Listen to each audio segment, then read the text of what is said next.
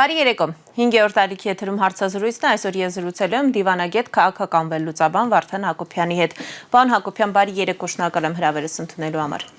Պարոն Հակոբյան, մենք կարող ենք վերլուծել, ինչու Ռուսաստանի Դաշնության նախագահը չի շնորհավորում Նիկոլ Փաշինյանին ընտրվելու կապակցությամբ, վերջերս նաև տեղի ունեցավ հայկական կողմի նախաձեռնությամբ նրանց միջև հեռախոսազանգ, բայց նույնիսկ այդ հեռախոսազրույցի ընթացքում Վլադիմիր Պուտինը նրան չի շնորհավորել եւ դիվանագիտական լեզվով, եթե մենք սա թարգմանենք, արդյոք նշանակում է, որ Ռուսաստանի իշխանությունները չեն ընդունում Հայաստանի իշխանություններին եւ դրանից հետո ինչպես Հայաստանը կարող է աշխատել Ռուսաստանի հետ, խնդրեմ։ Ռուսաստանի հետ հարաբերություններում բարդությունները սկսվեցին դեռ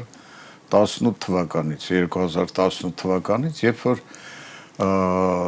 իշխանության եկան ԿՊ-ականները եւ որոշակի հայտարարություններ արեցին, թե հապկի հանդեպ, թե ընդհանրապես ռուս-հայկական հարաբերություններում, թե իրենց ուրեմն ինչ-որ նախասիրությունների մասին եւ նույնիսկ եւ կասեի ավելի շատ Արցախի վերաբերյալ նրանց դիրքորոշման ժամանակ, երբ որ նրանք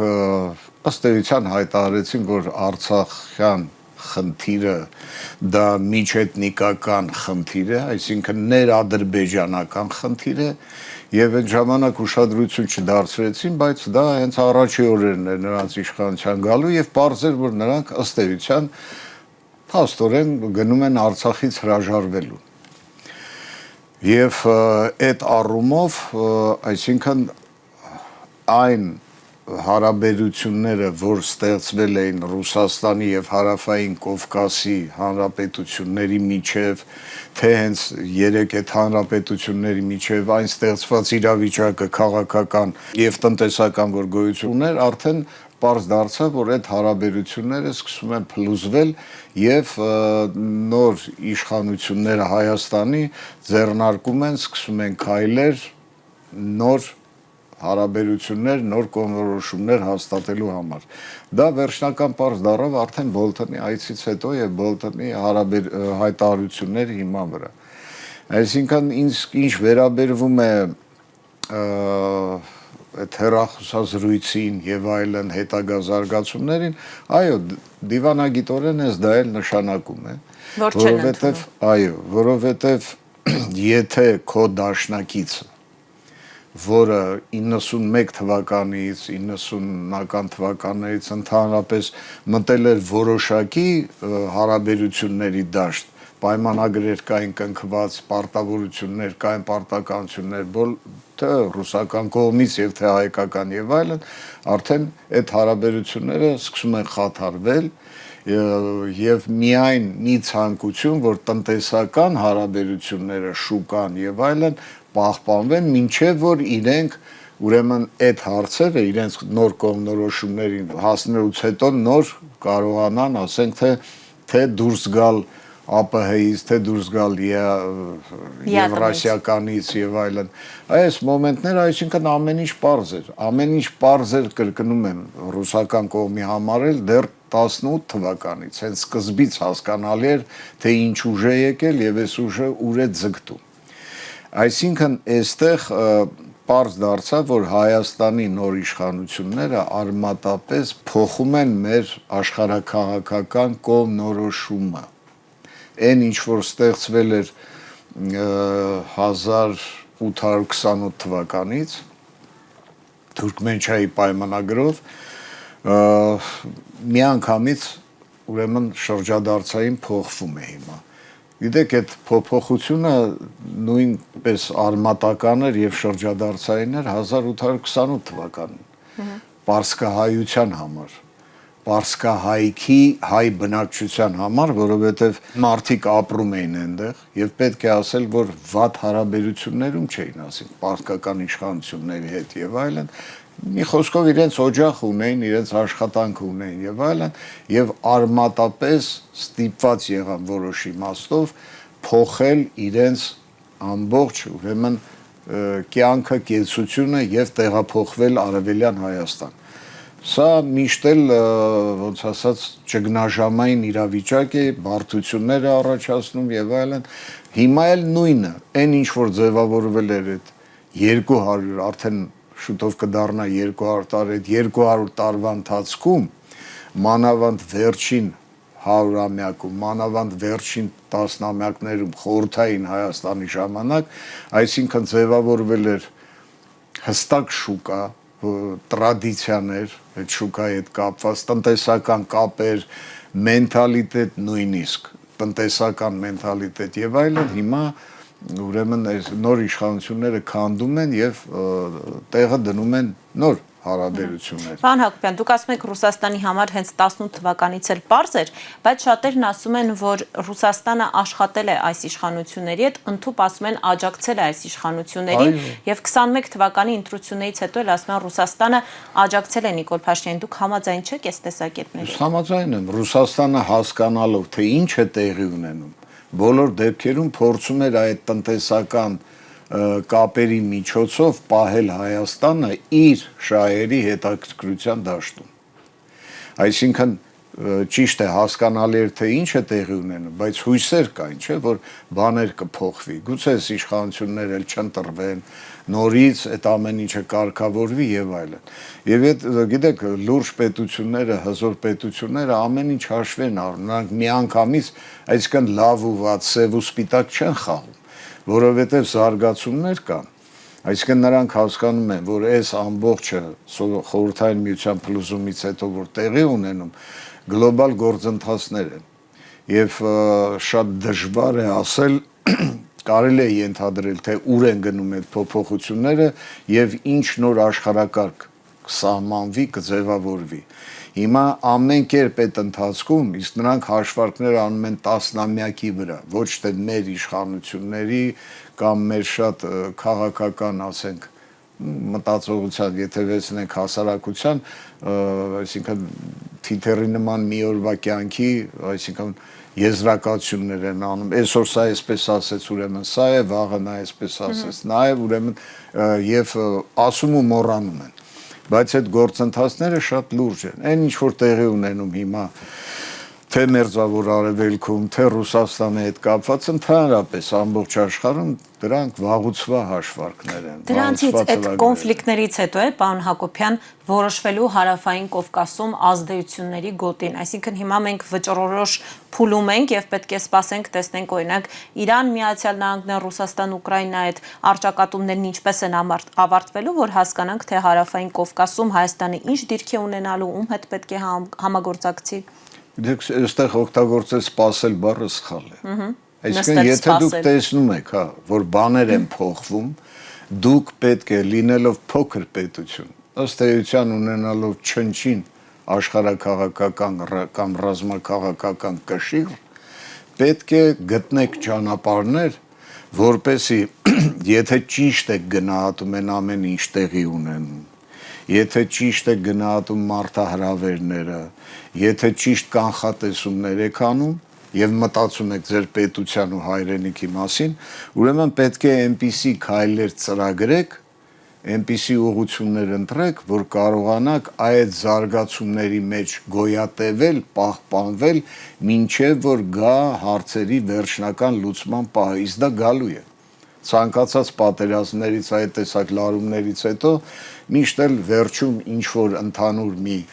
այսպես ասած, համաձայնություն են գալիս եւ կնիքը դնում են, որ այս աշխարհը այսպես պետք է լինի, այո, սահմանները այսպես պետք է գծվեն, սա էս դեր ունի, սա սրա դաշնակիցն է, նա նրա դաշնակիցը։ Այսինքն, եթե դուք լինելով այս վիճակում, ասենք հենց Հայաստանի վիճակում, նույնը Վրաստանի, Ադրբեջանի, բոլոր այդ պետությունների փոքր ինչ են անում մարդիկ, այսինքն հաշվարկում են, կանխատեսում են, թե որ ուղղությունը ուր կտանի։ Գուցե Հայաստանի իշխանությունները կանխատեսել են, բայց ընտրել են արևմուտքը։ Դե ոչ թե գուցե կանխատեսել են, եթե կանխատեսումով լիներ, հարցը միայն, ես ինչ որտեղ կհասկանայի այդ ամեն ինչը։ Բայց սա նման է ոչ թե կանխատեսման, որովհետև եթե նույնիսկ կանխատեսում կա, հիմնավորումները չի երևում, որ իրենք ճիշտ են։ Այսինքն դրա բացատրությունները, հիմնավորումները չկան կամ եթե կան շատ պրիմիտիվ են։ Իսկ եթե կանխատեսում չէ, ապա ինչ է։ Ապա ուղղակի թելադրանք է, այս կամ այն ուժի թելադրանք է։ Միշտ էլ մեր նման պետությունների վրա կա ճնշում։ Որ ուժի թելադրանքով են Հայաստանի իշխանությունները։ Արևմուտքի եւ ընդ որում այդտեղ կան տարբեր ուրեմն շահեր, չէ, հետապնդում է արևմուտքը, այսինքն օրինակ արևմտյան Եվրոպան մի որոշակի հետաքրքրություններ ունի հարավային Կովկասի հետ կապված։ Միացյալ Նահանգները այլ։ Թուրքիան, որը ՆԱՏՕ-ի անդամ է եւ այս առումով արևմուտք է, ունի հակադիր լրիվ նպատակներ եւ շահեր։ Եվ այստեղ ամեն մեկը իրեն շահով է, այսպես ասած, ղեկավարվում։ Եվ դու ոչ թե պետք է սրա կամ նրա շահից նեղանաս կամ ինչ-որ վատ գնահատես եւ այլն, այլ պետք է հասկանաս, թե ինչպես կարելի է այդ ուրեմն մարտահրավերներին դիմակայել։ Այս տեսակ պետությունները ինչ են անում, որովհետեւ իրենց ուժը եւ կշիռը հերիք չի այդ հարցերը լուծելու, այսինքն դիմակայելու, որ այլ ուժեր գան, քո ինչ որ տարածքը տնորինեն, միջանցքներ հաստատեն եւ այլն։ Ասենք Միացյալ Նահանգները Իրանի հարցերը լուծելու համար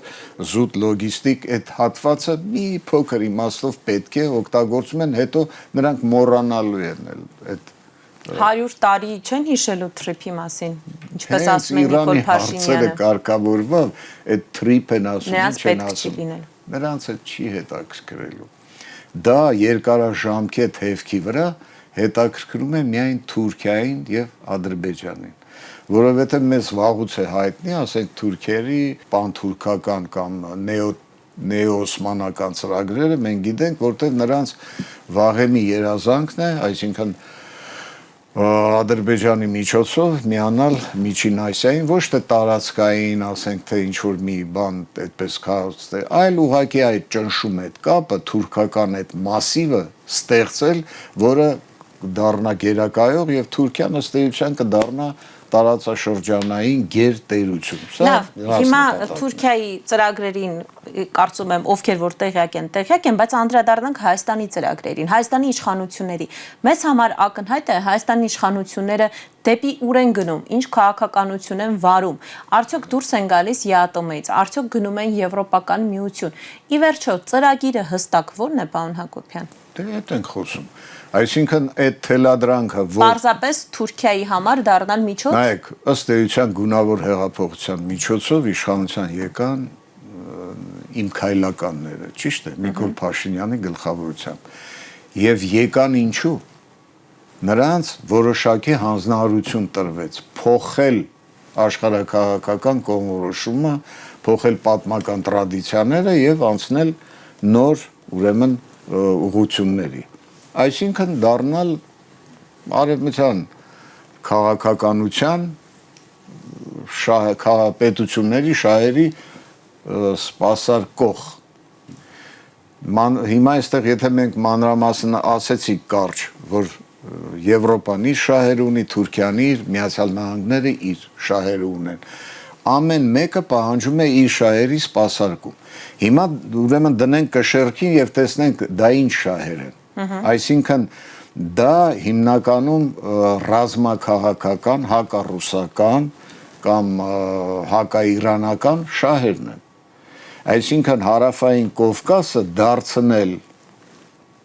միջոց զենք Ռուսաստանի դեմ, դա արևմտյան Եվրոպայի ուրեմն հիմնական շահն է, նպատակը, կամ ասենք Իրանի դեմ, դա արդեն Միացյալ Նահանգներն են հետապնդում։ Հասկանալի է, մարդիկ ծրագրեր ունեն, դա իրենց շահն է, իրենք այդ շահը ասում են, բայց իրենք այդ շահը թելադրեցին մեզ։ Հիմա դու որպես պետություն պետք է քո շահերը պարզես, ինչ է տալիս դա մեզ։ Եվ նման պետությունների համար, որ խոսքը սկսեցինք, ես դա էի ասում, նման պետությունները այդ որոշելով, հասկանալով, ճիշտ ընտրություն են անում, այսինքն դաշնակիցներ են իրենց գտնում։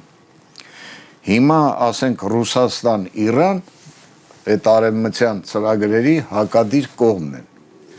Դրանց շահերը բախվում են Հայաստանի տարածքում, ինչպես նաև ամբողջ հարավային Կովկասի։ Հիմա դու որպես ազգ, պետություն, ժողովուրդ պետք է ընտրես, թե դրանց հարաբերությունները այդ երկու հիմնական հակադիր խմբերի որն է, որ հնարավորություն է տալիս քեզ տնտեսություն պահել, չէ՞, հնարավորություն է տալիս քեզ պետություն պահել, հնարավորություն է տալիս քեզ ինքնիշխան լինել քո սահմաններում։ Էս է դա պարզ հաշվարկ է։ Եվ ինչի եմ ասում, որ սա ոչ թե այսպես ասած այդ դեպի Եվրոմիությունը հաշվարկ է մեր իշխանությունները, այլ թելադրանք է արևմուտքի կողմից, որովհետև այդ հաշվարկները ասում են, որ մեզ ձեռք չի տալիս։ Իմ կարծիքով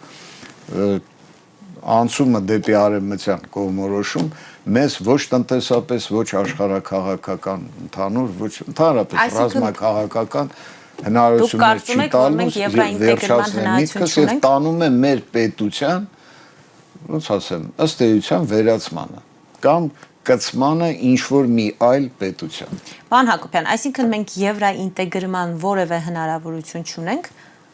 եթե նույնիսկ մենք փոխենք մեր վեկտորը, որոշենք, որ մենք գնում ենք արևմուտք։ Լավ, ես բան չունեմ ասելու, այսինքն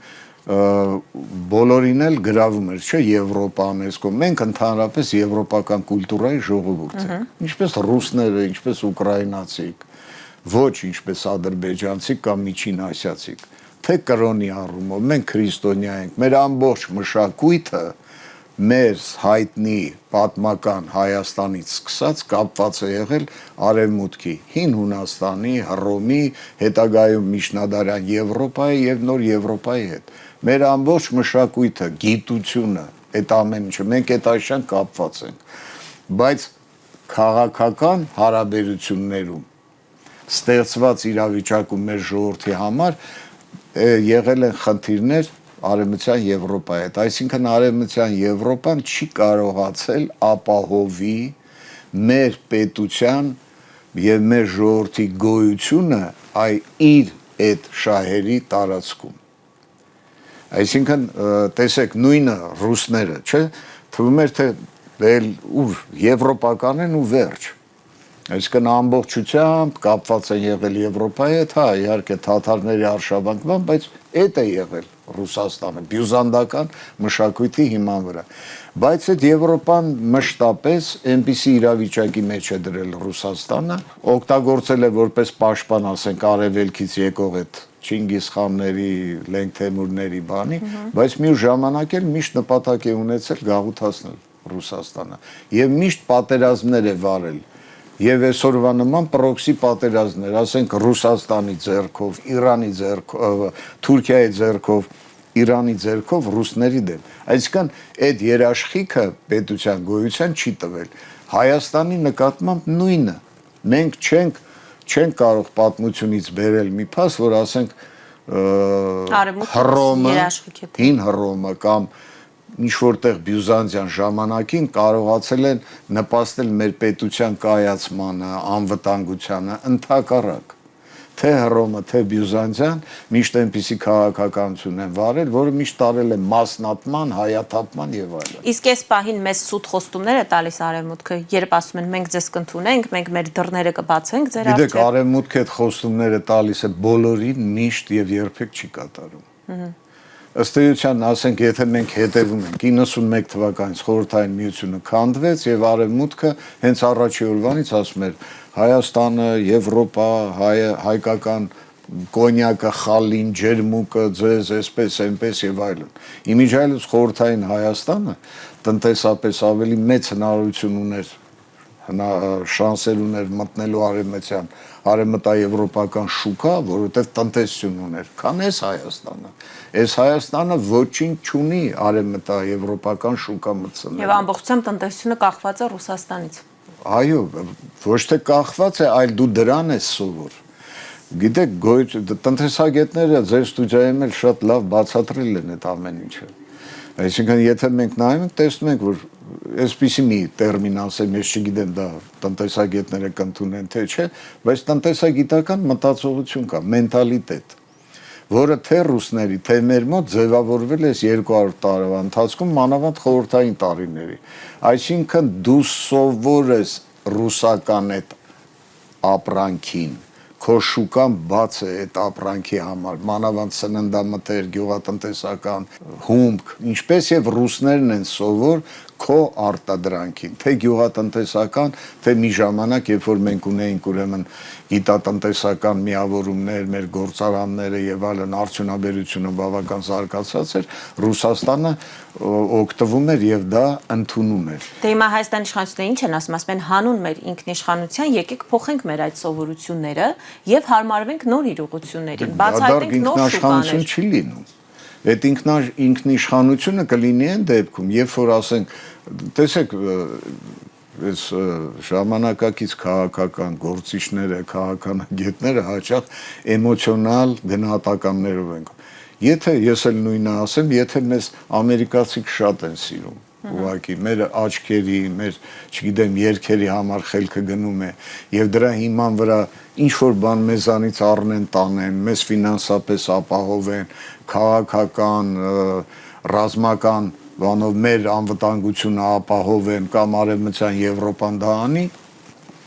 վատ չի լինի, բայց չունեն այդ մարդիկ այդ հետաքրքրությունը, չունեն,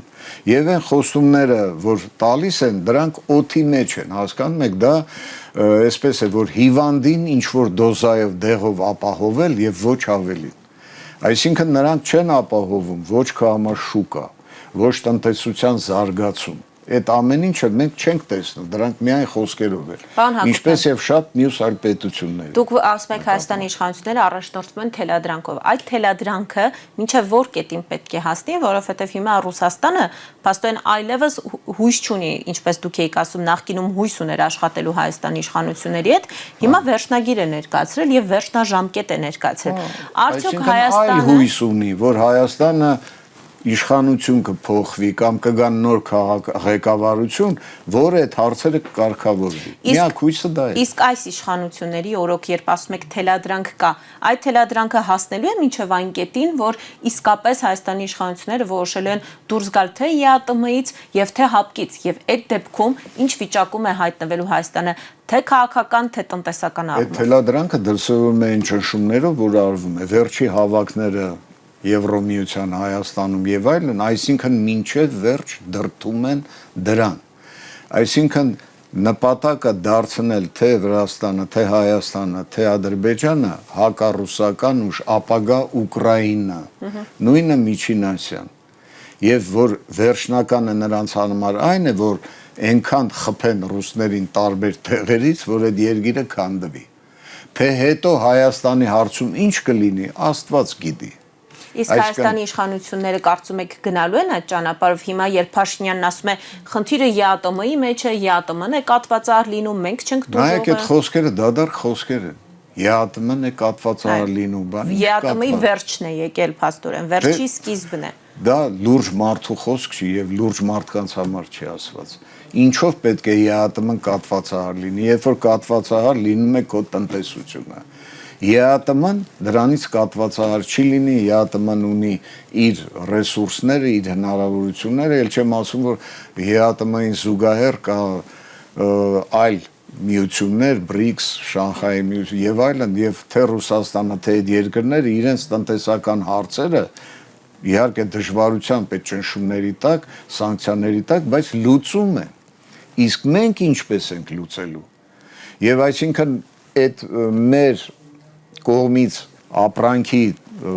տեղափոխումը ռուսական շուկա կամ ԵԱՏՄ շուկա, այդ ինչ մեծ վնաս է հասցնելու ԵԱՏՄ-ին։ Այսինքն այդ կշիռը չունես, որ այդ վնասը հասցնես։ Եվ սա մեր խնդիրն է, այլ ոչ թե ԵԱՏՄ-ի խնդիրը։ ԵԱՏՄ-ի հարցը նայենք, որ ոչ թե տնտեսական են դնում, թե իշխանությունը, թե արևմտյան այդ երկրները, կազմակերպությունները, սա զուտ քաղաքական խնդիր է եւ աշխարհաքաղաքական։ Այսինքն տնտեսական դադարք փուչ հիմքի վրա նրանք տնտեսական հարցերը թողած ընկնում են քաղաքական իրենց շահերին համապատասխան հարցեր լուծելու։ Տեսեք, Վրաստանը քանի տարի է սպասում է, չէ։ Ես ինչ գիտեմ Վրաստանը առաջանալուց հետո, սովետական միության փլուզումից հետո, Եվրոմիության դրոշակներով, անգլերեն արդեն անցնելով, ռուսերեն չխոսալով 30 տարի է սպասում է։ Բայց ընդունող չկա Վրաստան։ Ընդունող չկա եւ տնտեսական ինչ որ օգուտ ներդրում քայլ, որ Վրաստան այդ առումով ոչ։ Վրաստանը էլի տնտեսապես հույսը ինչ որտեղ ռուսների վրա է կամ այլ երկրների, Չինաստան եւ այլն։ Եվրոպան այսօր էլի ինչ որտեղ ճնշման տակ է պահում Վրաստանը, որտեղ Վրաստանը նրան պետք չի որպես ինչ որ տնտեսություն, պետություն, որը կարող է տնտեսական մաս դառնալ Եվրոմիությանը, այլ պետք է զուտ միայն որպես առաջատար ուժ Ռուսաստանի դեմ։ Նույնը Հայաստանին է սպասվում։ Այ Հայաստանին ինչ է սպասվում, որովհետև Ռուսաստանը ոչ միայն խոսում է, պարոն Հակոբյան, Ռուսաստանը ոչ միայն խոսում է ԵԱՏՄ-ի ներսում տնտեսական սահմանափակումների մասին, այլ երեկվա Նիկոլ Փաշինյանի հայտարարություններից հետո Ռուսաստանում նախարարը տնտեսական զարգացման ակնարկում է կամ գուցե եւ շատ ուղիղ ասում է նաեւ գազի մատակարարման սահմանափակման կամ առնվազն եվրոպական սակագներին հասցնելու։ Ինչ վիճակում է հայտնվելու Հայաստանի Հանրապետություն դրանից հետո։ Հիմա ես կարճ պատասխանեմ Ուկրաինայի վիճակում։ Եթե այսպես շարունակվում է, նայեք, Ուկրաինան դա Հայաստան չէր։ 50 միլիոնանոց պետություն։ 50 միլիոն մարդ էր ապրում մոտավորապես Ուկրաինայում։ Հզոր տնտեսությամբ։ Ճիշտ է, դա խորհրդային միությունից էր գալիս, բայց ուներ հզոր մետալուրգիա, հզոր գյուղատնտեսություն, էլեկտրոնիկա եւ այլն եւ այլն։ Ինչպես Ուկրաինան, Հայաստանն էլ խորհրդային միությունում արդյունաբերական տեսանկյունից զարգացած հանրապետություններից էր։ 14 թվականից հետո, երբ որ Ուկրաինան վերջնական այդ որոշումը կատարեց, այսինքն ասեց ես գնում եմ Եվրոմիություն եւ այլն, եւ Միացյալ Նահանգները, դա Միացյալ Նահանգների ծրագիրն էր, Եվրոպան էլ միացավ դրան, սկսեցին օգտագործել այդ Ուկրաինան Ռուսաստանի դեմ, դրթեցին, բերեցին պատերազմի, այդ օրվանից Ուկրաինան այսօր, չգիտեմ, հիմա 20 միլիոն մարդ մնացել է, թե չէ, ինչքան զոհեր տվեցին, էկոնոմիկան քանդուքարապեղած վիճակում է, գազը Ռուսաստանից չի գալիս, ռուսական շուկան փակ է, Ուկրաինան շատ էր հարստացել ռուսական շուկայի հաշվին, ռուսական գազի, նավթի հաշվին։ Եվ այդ շուկայով Ուկրաինան Ռուսաստանի համար էլ մեծ կշիռ ուներ։ Շատ արտադրություններ բան փոխկապակցված էին։ Կտրեցին այդ կապը, դե հիմա թող Եվրոպան ինչ ասել, տեր կագնի եւ Ուկրաինային թե անվտանգություն ապահովի, չնայած իրենք հայտարարում են, որ ապահովում են, եւ թե տնտեսական հետագա զարգացում։ Ամբողջ բնակչությունը գաղթել է, ինչպես նաև մերձբալթյան հանրապետություններից։ Դադարվում են այդ հանրապետությունները։ Տնտեսություն չկա, չի զարգանում, ասենք երբեմնի բավական զարգացած տնտեսություն ունեցող Լիտվան, Լատվիան եւ այլն, այդ հինը ամեն ինչը կորցրել են, նորն էլ չի ստեղծվում։ Նրանք հիմնականում բնակչությունը գնում են Եվրոպա, այնտեղ սովորական աշխատանք։ Պարոն Հակոբյան, վերադառնալով այդ հայտնի հեռախոսազանգին, եթե Նիկոլ Փաշինյանը հստակ որոշել է, որ գնում է Եվրոպա, եթե Եվրոպան հայտարարում է, որ աջակցում է Հայաստանի Հանրապետությանը, ինչու է Նիկոլ Փաշինյանը հեռախոսը վերցնում եւ զանգում Վլադիմիր Պուտինին։ Այս ձեր ասած գազի համար, չգիտեմ, այսինքն մարդիկ ասեցին, ուզում է երկու աթոռին նստի։ Այսինքն տնտեսապես օգտվել Ռուսաստանից, բայց քաղաքական առումով անցնել արևմտյան կողմ, այսպես ասած։ Այսինքն եկուց եթե այն պահը երբ հնարավոր կլինի անցումը։ Այսինքն երբ այն օրվանից, երբ որ մինչև որ արևմուտքը այնպիսի իրավիճակ չստեղծվի հարավային Կովկասում, որ սկսեն արդեն Ռուսաստանի դեմ բացահայտ պայքար եւ Իրանի դեմ, այստեղ է դաշնակիցների հարցը։ Երբ որ Հայաստանը արդեն ուզի այդ կուրսի մեջ լինելով հակաիրանյան քայլերի դիմի եւ հակառուսաստանյան։ Հա այդ ժամանակ մինչև, այսինքն ռուսներն էլ կամ իրանցիներն էլ ապուշի նման պետք է նստեն, այդ գազը այդ գնով տան, չգիտեմ, մթերքը, հումքը այդ գնով Հայաստանին տան, ինչ որ չափով ուժեղացնեն, որ Հայաստանը վաղը ուկրաինացիների նման հարձակվի իրանց վրա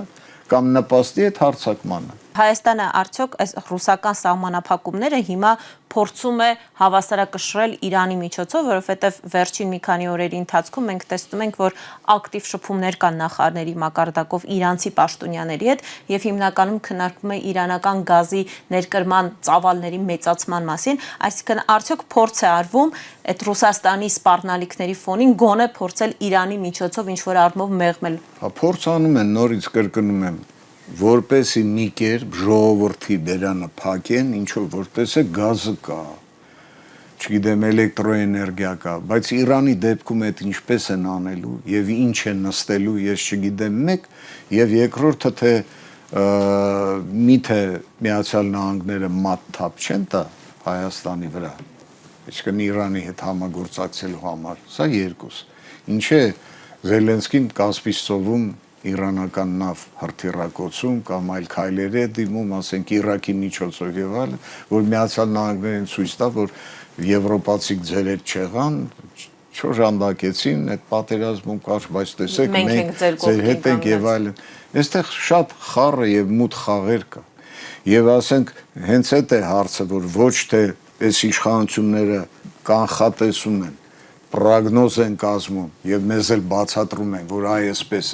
այս քայլերով, եթե նույնիսկ ասեն ճիշտ է, ԵԱՏՄ-ից դուրս գալուց մենք այս որոշ նեղություններ կանենք, բայց այսքան տարի հետո մենք կդառնանք եվրոպական պետություն, եվրոպական տնտեսություն եւ այլն, դա հասկանալի կլիներ, բայց չկա է ոչ այդ հիմնավորումները, ոչ այդ պլանավորումը, թե դա ինչպես է լինելու, ոչ էլ կա եվրոպացիներից կողմից։ Եվրոպացիներն են նույն վերացական դեմոկրատիա, չգիտեմ ինչակրատիա եւ այլն, այս խոսքերով, որովհետեւ նրանց հիմնական նպատակը Ռուսաստանին համարյա թե կարելի ասել մահացու հարված հասցնելն է, քայքայելը, Ուկրաինայի միջոցով հաջողվում է, դա անում են, որտեղ մեծ վնաս են հասցնում, չէ՞, բայց ուկրաինացիների կյանքի գնով եւ նրանց տնտեսության։ Հիմա նույնը նաեւ եթե Կովկասում սկսվի, եթե Միջին Ասիայում հոյակապ կլինի, դա է նրանց նպատակը։ Հիմա Նիկոլ Փաշինյանը այդպես էլ չի գնալու հանրաքվեի ճանապարհով, ինչպես Ռուսաստանն է նրան պարտադրում։ Գիտեք, ինձ թվում է, որ անիմաստ է դառնում այդ, հնարավոր չի։ Մի կողմից հանրաքվե սահմանադրություն փոխելու, մի կողմից էս անելու։ Այսինքն դուք եթե քաղաքականապես մի կողմից ասում ենք, որ ինքնիշխան պետություն ենք։ Այո, մի կողմից դու սահմանադրություն ես փոխում, քաղաքականապես հիմնավորում ես քո թուրքամետ, արևմտամետ լինելը, այն քայլերը, մյուս կողմից էլ մի հատ էլ բան անցկացնես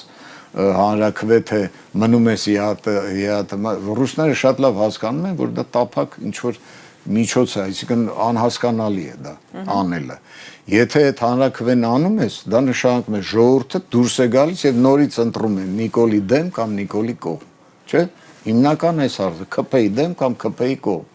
Այսինքն ստեղծում է քաոս, այսինքն այս պետությանը լուրջ այլևս ոչ ոք չի ընդունում։ Իսկ եթե հասկանում են ներողություն, պարոն Հակոբյան, եթե Ռուսաստանը շատ լավ հասկանում է, որ դա անիմաստ է եւ Հայաստանը չի էլ գնալու հանրաքվեի ճանապարհով, բայց ամեն օր պարտադրում է, դա նշանակում է, որ պարզապես պարտադրում է Հայաստանին շուտ կողմնորոշվել եւ հետ վերադառնալ։ Դա ռուսների համար անիմաստ չի։ Այդ քայլը ռուսների համար անիմաստ չի, դա մեր համար է անիմաստ։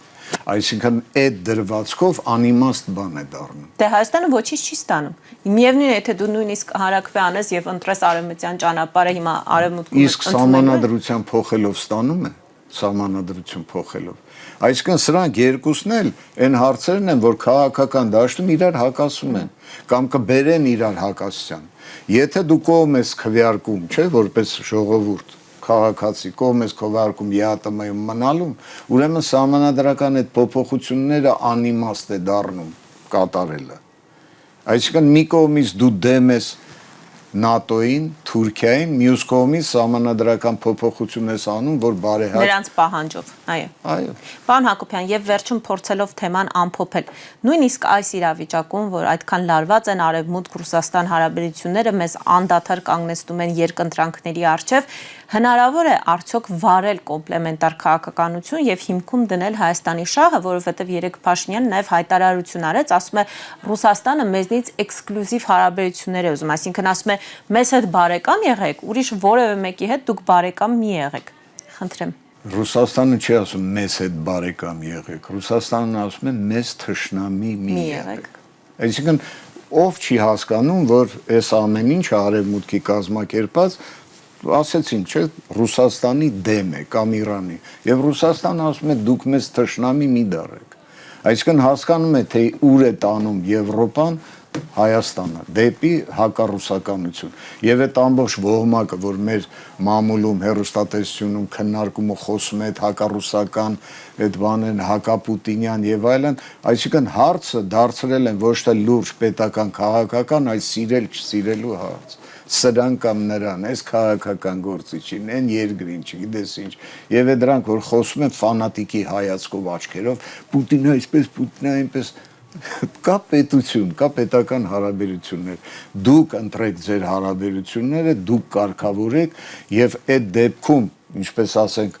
երբ 2000-ական թվականներին մենք կոմպլիմենտար քաղաքականության հնարավորություն ունեինք եւ փորձում էինք վարել։ Չնայած դա դուր չէր գալիս Ռուսաստանին, ոչ ռուսներին, ոչ ասենք արևմուտքին, բայց մենք փորձում ենք եւ հնարավորությունները կան եւ ստացվում է։ Այսօր ինձ թվում է այդ հնարավորությունները չկան։ Այսօր հարցերը դարձրել են, ինչպես իրենք հայտարարեցին, չէ՞, սև սպիտակ։ Եթե իշխանությունը փոխվի, այդ հնարավորությունը կա, պարոն Հակոբյան։ Իհարկե։ Եթե իշխանությունը փոխվում է, եթե դու ելնելով քո ազգային պետական շահերից ճիշտ դաշնակիցներ ես ընտրում, այսինքն ճիշտ այն ոչ թե այն իմաստով լավ կամ վատ, այլ այն իմաստով, որ այս դաշնակիցը երաշխիք է քո պետության գոյատևման, այլ ոչ թե քո պետությունը դարձնելու օբյեկտ, ասենք Թուրքիայի համար։ Պարոն Հակոբյան, ես շնորհակալ եմ ձեզ։ Ես հիշեցնեմ, որ զրուցում էի դիվանագետ քաղաքական վերլուծաբան Վարդան Հակոբյանի հետ, մենք կհանդիպենք երկուշաբթի նույն ժամին, լավ եղեք։